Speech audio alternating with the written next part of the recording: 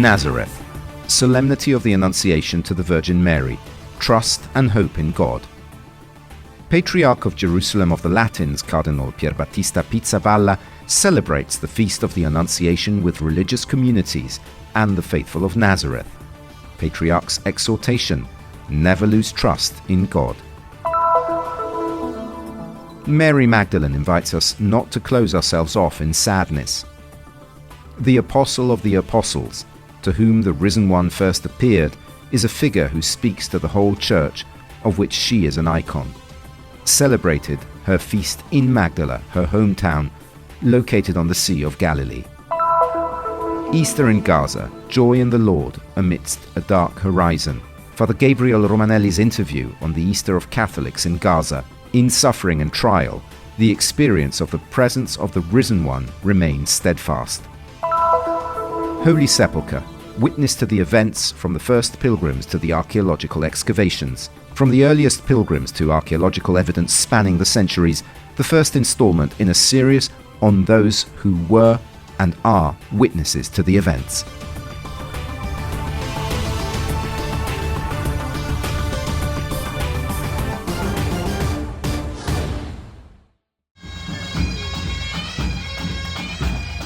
On Sunday, April the 7th, in the afternoon, His Beatitude Cardinal Pierbattista Pizzaballa, Patriarch of Jerusalem of the Latins, made his solemn entrance into the Basilica of the Annunciation, accompanied by the Galilee Scout. He was welcomed by Brother Wojciech Bolos, guardian of the shrine, together with the Franciscan community. The procession made its way to the Annunciation Grotto for veneration and prayer at the holy site. Brother Ibrahim Sabag, Latin priest of Nazareth, also extended a welcome on behalf of the community of local Christians. Pontifical Mass was celebrated at 5:30 in the Upper Basilica. A special moment was the reading of the Gospels in three directions: northward, westward, and southward. From Nazareth, a blessing for the whole world. Celebrating the Feast of the Annunciation of the Lord is an opportunity to contemplate God's great love for humanity. He decided to enter history by being born of the Virgin Mary, a young woman from the town of Nazareth, full of humility and faith. A grand event that went through history with all its contrasts and difficulties. Anche il nostro contesto non è molto facile, ma seguendo l'esempio di Maria ci affidiamo a Dio e alla sua parola. Our context is also not very easy, but following Mary's example, we rely on God and His Word. He has called us to follow Him and to entrust our lives totally into His hands. So following Mary's example, we try to do the same, entrust our lives, to live day by day following His commandments, and not paying so much attention to what is going on around, even when they are difficult times. Sometimes we experience times of danger, sometimes times of misfortune, but we live in the hope of the life God has given us, and He protects those who have chosen Him. Due to this year's liturgical calendar, the Feast of the Annunciation of the Lord was held after Easter. In two different Eucharistic celebrations, the Nazareth community celebrated the mystery of the Son of God, He who came down from heaven in the most pure womb of the Virgin Mary, and who comes to us today in the humility of bread and wine, bringing life and igniting trust, which, as the Patriarch says, is the first casualty of war. The Feast of the Incarnation is connected with the resurrection. In this Easter time, Mary's yes, said with fearless confidence to God the Father, through the Archangel, tells us that especially in this horrible time of war, distrust and fear, we should not be afraid, because nothing is impossible to God, as the angel told Our Lady. بنخدم دايما في بيت مريم العذراء هي إمنا ودايما كل مرة بحس بوجودها في وحضورها. In this shrine I serve the house of Mary through music. She is our mother and I always feel her presence here. Every time I come here I feel as if it were the first time. I ask for her blessing and that through my voice the Virgin together with the angels can reach, liberate and heal the hearts of all who visit this place asking for a grace. I always feel and experience that there are many people whose hearts are touched here by God and the Virgin. This changes their lives. All this is a gift and blessing from Mary. شكراً كتير كتير نشكر الله على مريم العذراء على أمنا مريم العذراء. From this holy place where we contemplate the mystery of the Incarnation, we give thanks for the Father's plan of love, for Mary's yes.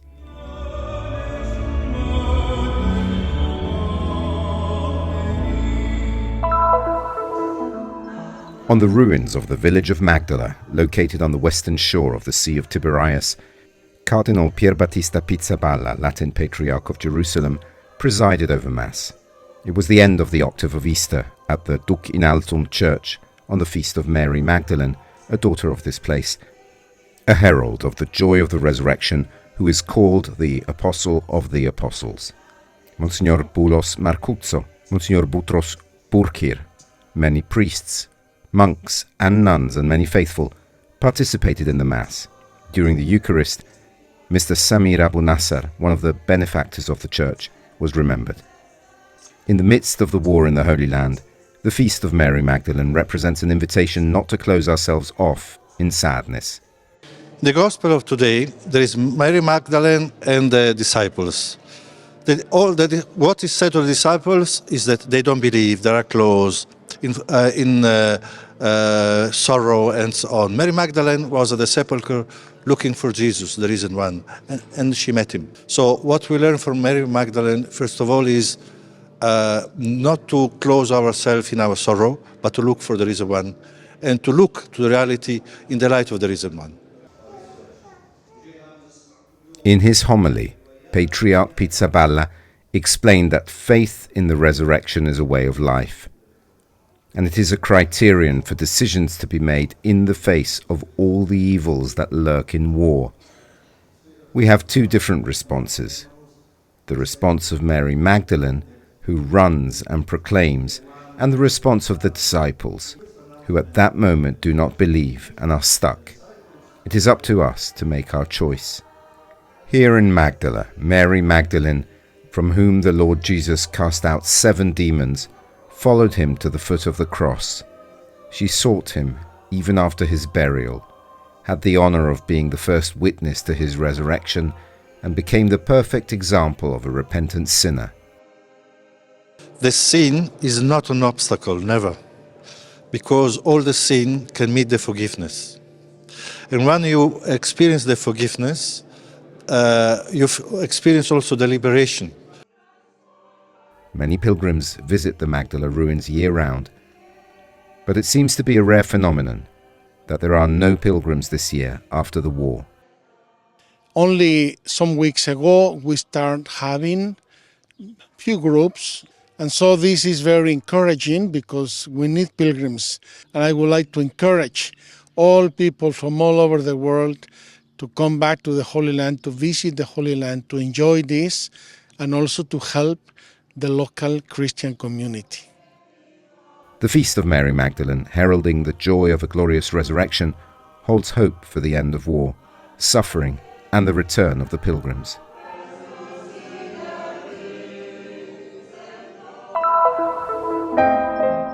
As the war continues in Gaza, Christians celebrated Easter in the Church of the Holy Family of the Latin Convent of Gaza City in an atmosphere of pain and sadness, but with hope and joy in the Lord and praying for the end of the war.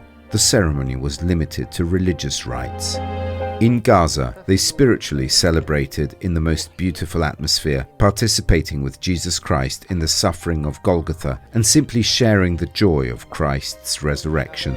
In addition to the atmosphere of war that characterizes the holiday, people suffer from the scarcity and high price of food, which is difficult to find. The priest of the Latin community, Father Yusuf, who is now my vicar, wanted to prepare a surprise for the children, so he and his young assistants went around the whole city of Gaza to buy eggs for the children.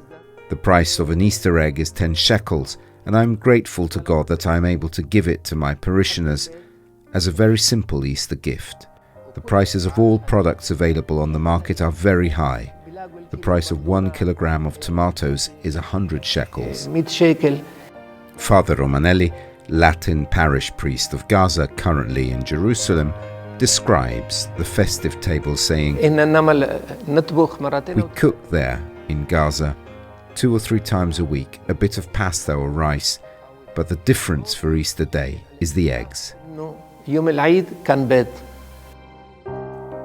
Father Romanelli stated that people do not have what they need to satisfy their basic needs, like water, food and medicine. The parish has a water source that supports displaced refugees due to the war, Muslim children with special needs assisted by the Sisters of Mother Teresa, and hundreds of Muslim civilians, in addition to providing water to nearby residents. Despite all adversities, Father Romanelli praises the perseverance of the faithful. The sadness was and still is great, not in the Lord. They are faithful and steadfast in hope and love. Unfortunately, they still do not see a horizon, and this is what most affects human life here. Father Romanelli emphasizes that the Pope is in constant contact with the Church of Gaza, expressing closeness and encouraging the faithful. He always says, "I am with you, and the Church prays for you.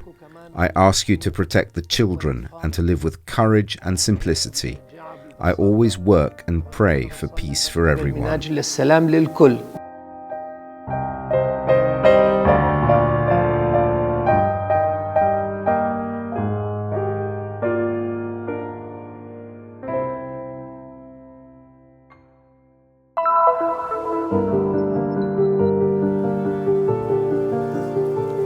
The Palm Sunday celebration draws local Christians and pilgrims to one of the most exciting celebrations around the edicule of the Holy Sepulcher. This is where the pilgrimage of the apostles and women began at dawn on Resurrection Day. The most important holy site for the Christian world receives millions of pilgrims from all over the world who come here to venerate the empty tomb, the site of Jesus' resurrection, a place venerated by kings and popes with a very ancient and well-documented history. In this short special, we will try to follow the biblical texts, the marks left by the first pilgrims, as we walk through the archaeological remains that bear witness to the passage of centuries. The subsoil of the garden, the cut rocks, the stumps of walls sunken below the Constantinian level are precise reminders of the topography of human salvation. With Brother Eugenio Alliata, we see part of this rock that is still there in the Calvary Chapel and goes down to Adam's Chapel, St. Helen's Chapel, and other parts of the Basilica.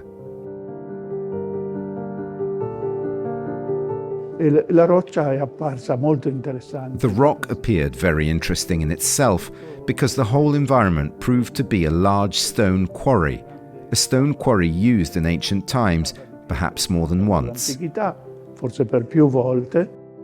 rock is called Malaki in the local language, which means royal. Calvary, as the Gospels testify, must have been outside the city. An important piece of information is that in the Iron Age, which corresponds to the Old Testament period, the city of Jerusalem did not stretch as far as here. This place was outside the city of Jerusalem. However, its walls and the houses of the city were not far away. Therefore, it was an ideal area because it was close to the city, close to the buildings, to quarry stones for construction. This quarry is widespread everywhere, even outside the area of the Basilica. From the quarry, we move on to an area outside the city used as cultivation. We then also move on to its funerary use with burials, and Christ's tomb appears to be one of these burials that were there at the time. And here we are in the ordeal part. In the rock part, it even rises above the floor level for more than 4 meters. It appears as a rock, a protruding rock, and that is what it is already called in the sources. Brother Alliata cites sources such as St. Jerome, who speaks of this cliff. pilgrimageria who meticulously tells of the celebrations she attended. So the situation seen today in this chapel called Adam's Chapel, which is located below the Calvary Chapel, bears witness to this whole story. From Calvary to the cave of St. Helena, where the cross of Jesus was found. In fact, that is where the crosses of those crucified on Calvary were thrown. We are in one of the deepest places in the quarry, which is 12 meters below the level of the crucifixion rock. And this is one of the places also that was actually excavated, investigated, studied by Virgil Corbo during his work. The property belongs to the Franciscans, so he had the freedom to proceed with the permission of the superiors with the archaeological investigation. Procedere col permesso dei superiori all'indagine archeologica. Emperor Hadrian, to erase Jewish and Christian memory, rebuilt the city and called it Aelia Capitolina. The site of Golgotha and the sepulchre disappeared under the bulk of the new temple dedicated to Venus. In 325, Constantine decided to dismantle these works, these temples, these public works of the city, the colony, Aelia Capitolina, and he decided to build a great shrine glorifying the place of Jesus' death, burial, and resurrection. So the excavation was big and long. That's why it took 10 years to build the basilica, here where we are. We are in the church of St. Helen, or Chapel of St. Helen, which is owned by the Armenian Church. It was from here that after the Council of Nicaea, after 325, the great work on the construction of the Basilica of Constantine began. Here we can clearly observe those rock cuts of the old abandoned quarry, and the construction with large stone blocks also reused, even from earlier Roman times. To build what? What we see here is precisely the nave of this large basilica. These walls then supported the colonnade of the nave, which is more than 13 meters wide. Here we are in the foundation, very deep. We are at least 6 to 7 meters below the floor level of the great Basilica of Constantine. It was built between 325 and 336, so it took a good 10 years. On the ancient walls is the sign of the passage of many pilgrims over the centuries. Su questi muri medievali di questa cripta, pictured on these medieval walls of this crypt, this underground church commemorating the finding of the Holy Cross, we see many graffitied crosses of all kinds. Some look alike, some are very different from each other. They are evidence of the passage of so many pilgrims, so many Christians who over the centuries have come here in faith and visited the Basilica of the Holy Sepulcher. la Basilica del Santo Sepolcro. In the next installment, we will present from the earliest archaeological excavations to today, evidence that confirms what was left written by those who witnessed the events.